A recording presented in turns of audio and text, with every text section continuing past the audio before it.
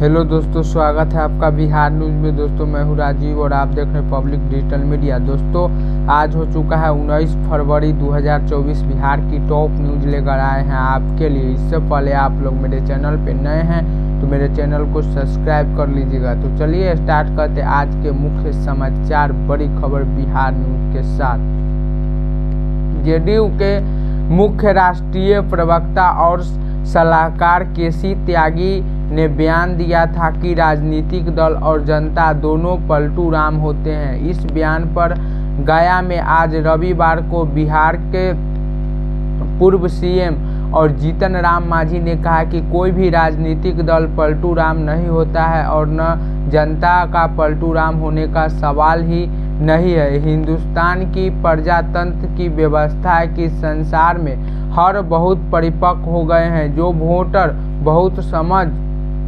बूझकर वोट करते हैं। बिहार और भारत के जो वोटर है, इसलिए उनके बारे में अगर पलटू राम की बात करते हैं तो मैं समझता हूं कि उनकी समक्ष में कहीं न कहीं गड़बड़ी है। जीतन राम मांझी ने कहा है कि जहां तक नेता लोगों की बात है तो नेता के बारे में हमें कहना है कि अगर कहीं विशेष बातें हो रही जिससे समाज को घाटा हो रहा है, वहां पर अगर नेता निर्णय लेता है तो उसके लिए निर्णय को गलत नहीं कहा जा सकता है। एक दो बार हो या सीएम महामाया आज से 50 वर्ष पहले कहा था कि अगर जनहित में हमको 50 बार भी पार्टी बदलना पड़े तो 50 बार पार्टी बदलेंगे और पार्टी बदलना जनहित की बात होती है।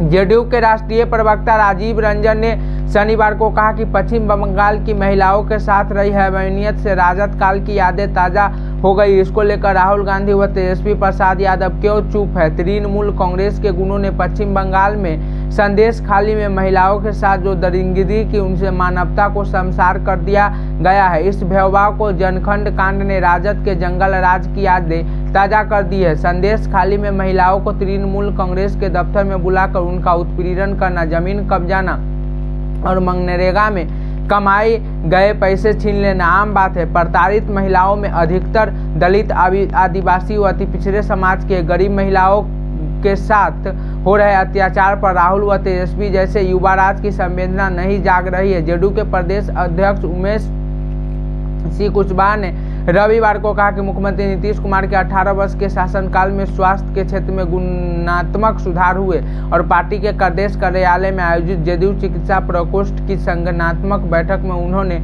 यह बात कही।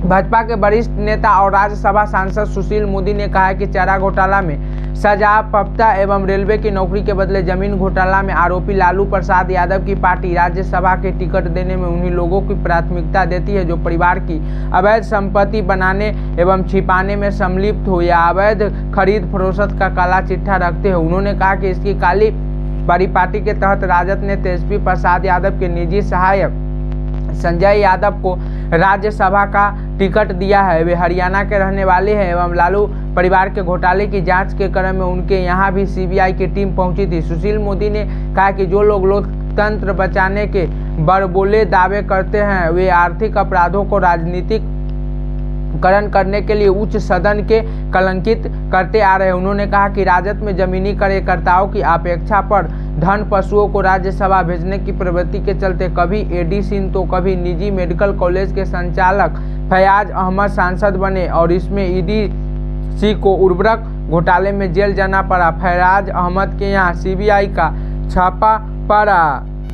पूर्व केंद्रीय मंत्री उपेंद्र कुशवाहा ने रविवार को ऐलान किया। आपको बता दें कि पूर्व केंद्रीय मंत्री उपेंद्र कुशवाहा ने रविवार को ऐलान किया कि उनकी पार्टी राष्ट्रीय लोक जनता दल को अब से राष्ट्रीय लोक मंच के रूप में जाना जाएगा। उन्होंने बताया कि उनके द्वारा गठित पार्टी के नए नाम को निर्वाचन आयोग की मंजूरी मिल गई है। कुशवाहा ने कहा कि राष्ट्रीय लोक जनता दल के लिए हमारे आवेदन पर निर्वाचन आयोग ने हमसे कुछ और विकल्प मांगे थे। हमने 5 विकल्प सुझाए थे और निर्वाचन आयोग राष्ट्रीय लोक मंच नाम पर सहमत हुआ। उन्होंने जनता दल यूनाइटेड यानी प्रमुख एवं बिहार के मुख्यमंत्री नीतीश कुमार से अलग होने के बाद राष्ट्रीय लोक जनता दल का गठन किया था और बिहार के राष्ट्रीय जनतांत्रिक गठबंधन यानी राजग के सहयोगी से कुशवाहा ने विश्वास जताया कि उनकी पार्टी भाजपा नित गठबंधन को राज्य में लोकसभा की सभी 40 सीट पर जीत दिलाने की अपनी ओर से पूरी कोशिश करेगी। उन्होंने राष्ट्रीय जनता दल यानी राजद प्रमुख लालू प्रसाद यादव के इस बयान को लेकर उनकी खिल्ली उड़ाई कि नीतीश कुमार के लिए दरवाजे अब भी खुले हैं। हाल में नीतीश कुमार महागठबंधन से नाता तोड़कर फिर से राजद में शामिल हो गए।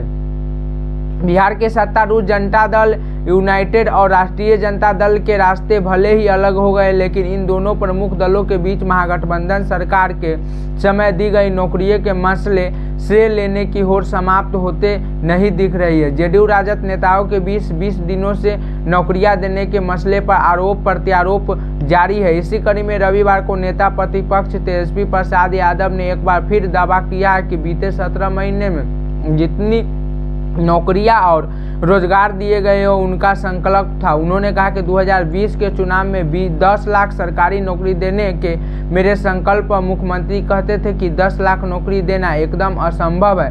नीतीश कुमार के पुराने बयानों को याद दिलाते हुए तेजस्वी प्रसाद यादव ने कहा कि वे बार बार कहते थे और यह गुमराह करने वाली बात है, कहां से देंगे, कुछ पता है, पैसा क्या आसमान से आएगा, और वे मेरे सेंस को लेकर भी सवाल उठाते थे। बिहार के पूर्व डिप्टी सीएम और आरजेडी नेता तेजस्वी प्रसाद यादव ने नौकरी के मुद्दे पर क्रेडिट लेने से पीछे नहीं हट रहे हैं। इस मुद्दे के लेकर तेजस्वी प्रसाद यादव के निशाने पर सूबे के मुख्यमंत्री नीतीश कुमार है। आरजेडी नेता लगातार मुख्यमंत्री को घेर रहे हैं। इसी बीच रविवार को तेजस्वी प्रसाद यादव ने सोशल मीडिया मंच पर एक्स पर पुरानी वीडियो शेयर कर नीतीश कुमार को आड़े हाथ लिया है। एक्स पर वीडियो शेयर कर तेजस्वी यादव ने लिखा है कि बिहार में 9 अगस्त 2022 को डिप्टी सीएम बनते ही मुख्यमंत्री से 9 अगस्त 2022 को 10 लाख नौकरी और 10 लाख रोजगार की घोषणा करवाई। तेजस्वी ने एक्स पर शेयर किया कि किए गए हैं और अपने पोस्ट में लिखा है कि 2020 के चुनाव में लाख सरकारी नौकरियां देने से मेरे संकल्प पर आदरणीय मुख्यमंत्री जी कहते थे कि लाख नौकरियां देना एकदम असंभव है। 9 अगस्त 2022 को मेरे उप मुख्यमंत्री बनते ही 15 अगस्त 2022 को स्वतंत्रता दिवस के अवसर पर पटना के गांधी मैदान में इन्हीं सीएम से लाख नौकरियां और लाख रोजगार की घोषणा करवाई। वहां इन्होंने कहा कि नई पीढ़ी के लोग साथ आए तो ये आपको नौकरी देंगे। 17 महीनों में डिप्टी सीएम के तौर पर ही सही, लेकिन हमने लाख से अधिक नौकरियां दी है और लाख नौकरियां अंतिम चरण तक प्रक्रियाधीन करवा दी है, जो इस वर्ष युवाओं को अवश्य ही मिल जाएगा।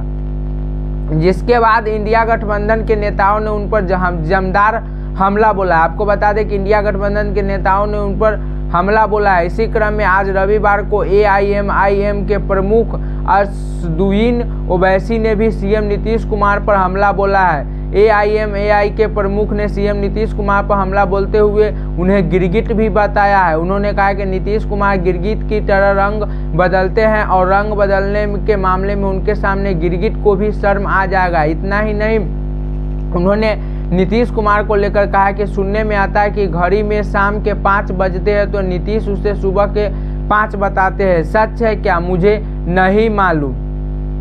नए शैक्षणिक सत्र अप्रैल से बिहार के 71,863 प्राथमिक विद्यालय और 9,360 माध्यमिक विद्यालयों में पठन पाठ की निगरानी की कड़ी होगी। इसी बीच शिक्षा विभाग के रडार पर आए 17,600 गायब शिक्षकों की खोज खबर लेने के लेकर विधि सम्मति कार्रवाई तेज कर दी गई है। ऐसे फरार शिक्षकों को वेतन कटौती के रूप में दंडित किया जा रहा है। तो वही 6 माह से लेकर 2 साल तक का फरार रहे 582 शिक्षकों को बर्खास्तगी की अनुशंसा की गई। सबसे बड़ा संकट यह है कि वेतन कटौती वाले 17,600 शिक्षकों की वरीयता खतरे में पड़ गई है। ऐसे शिक्षकों पर नियमित सेवा में त्रुटि के कारण सबकी वरीयता कम होगी। इसका सीधा अक्षर शिक्षकों के वेतन वृद्धि को प्रोन्नति पर पड़ेगा। इस मामले में शिक्षा विभाग के शिक्षकों के प्रति नरमी नहीं दिखने के मूड में है। बिहार के पूर्व डिप्टी सीएम तेजस्वी प्रसाद यादव 20 फरवरी को जन विश्वास यात्रा पर निकले। तेजस्वी प्रसाद यादव की इस यात्रा को लेकर जन सुराज के सूत्रधार प्रशांत किशोर ने हमला बोला है। रविवार को पत्रकार के साथ बातचीत के दौरान प्रशांत किशोर ने साहवालिया लहजे में पूछा कि बीते दिनों नीतीश कुमार ने भी समाधान यात्रा की थी और बिहार के कितने लोगों को उनकी कितनी समस्या का समाधान हो गया। अभी राहुल गांधी न्याय यात्रा कर रहे हैं, बिहार के कितने लोगों को न्याय मिल गया। तेजस्वी प्रसाद यादव के जन विश्वास यात्रा से क्या होगा, सबसे ज्यादा विश्वास तो आपने ही तोड़ा है। प्रशांत किशोर ने कहा कि 30 से 32 सालों में बिहार में लालू नीतीश की राज है। और इतने सालों में गरीबी नहीं मिटी, पलायन नहीं रुका और रोजगार नहीं मिला। आप किसी विश्वास की बात कर रहे हैं आप। उन्होंने कहा कि जनता इतनी बेवकूफ़ नहीं है, लोग आएंगे विश्वास यात्रा में, कुछ लोग इकट्ठा भी हो जाएंगे, लेकिन काट की हांडी बार बार नहीं चढ़ाई जा सकती। उन्होंने कहा कि जिन लोगों ने आरजेडी लालू प्रसाद यादव के बेटे की सरकार देखी हुए जानते हैं कि जात पात, हिंदू मुस्लिम, भ्रष्टाचार और गुंडागर्दी से ऊपर उठकर राजनीतिक नहीं करते हैं और ये इनका कैरेक्टर है। इन 4 चीज़ों से ऊपर उठकर आरजेडी के लोग राजनीतिक नहीं करते हैं। प्रशांत किशोर का बयान सामने आया है। शिक्षा विभाग के अपर मुख्य सचिव के पाठक ने ऐतिहासिक फैसले में पूरे बिहार की तारीफ हो रही है। के पाठक ने यह फैसला लेकर बिहार के सभी गरीब बच्चों का सपना पूरा किया है। के पाठक ने बच्चों की मुश्किलें कम कर दी है। दरअसल के पाठक ने 31 मार्च से पहले राज्य के सभी माध्यमिक और प्राथमिक विद्यालयों में जीर्णोद्धार का काम पूरा करने का आदेश दिया है। इस संबंध में उन्होंने सभी जिला अधिकारी को स्पष्ट कहा है कि 180 करोड़ रुपए सभी जिलों को बेंच डेस्क की खरीद हेतु दिए गए हैं। बच्चों को अब जमीन पर नहीं बैठने देना है और बच्चे को ठंड में काफी दिक्कत होती है। के पाठक ने कहा है कि इस राशि से तय अवधि से पहले विद्यालय की गुणवत्ता पर ध्यान देते हुए फर्नीचर उपलब्ध कराना सुनिश्चित किया जाए। उन्होंने निर्देश में कहा कि विद्यालय में अवकाश के विशेष अभियान चलाकर फर्नीचर की आवश्यकता है वहां आपूर्ति सुनिश्चित करें और साथ ही उनकी गुणवत्ता और मात्रा की जांच करें। और आपका क्या राय है आप लोग हमें कमेंट बॉक्स में बता सकते हैं। चैनल पे नए आए हैं चैनल को सब्सक्राइब कर लीजिएगा। वीडियो देखने के लिए धन्यवाद। जय हिंद, जय भारत।